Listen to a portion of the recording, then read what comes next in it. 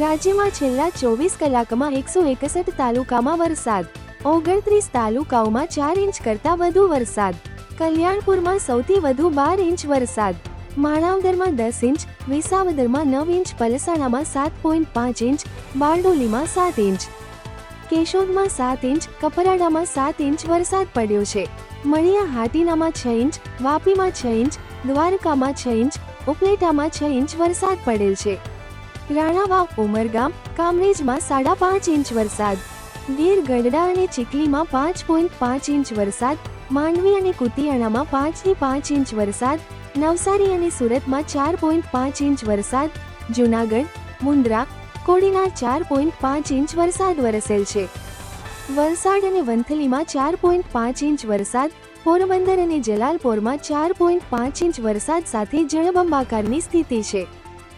આ છે રાજ્યમાં છેલ્લા 24 કલાકમાં વરસેલ મેઘરાજાની સવારી. આવા રોજે રોજના તમામ સમાચાર જોવા અને અપડેટ મેળવવા અમારી YouTube ચેનલ સબસ્ક્રાઇબ કરો.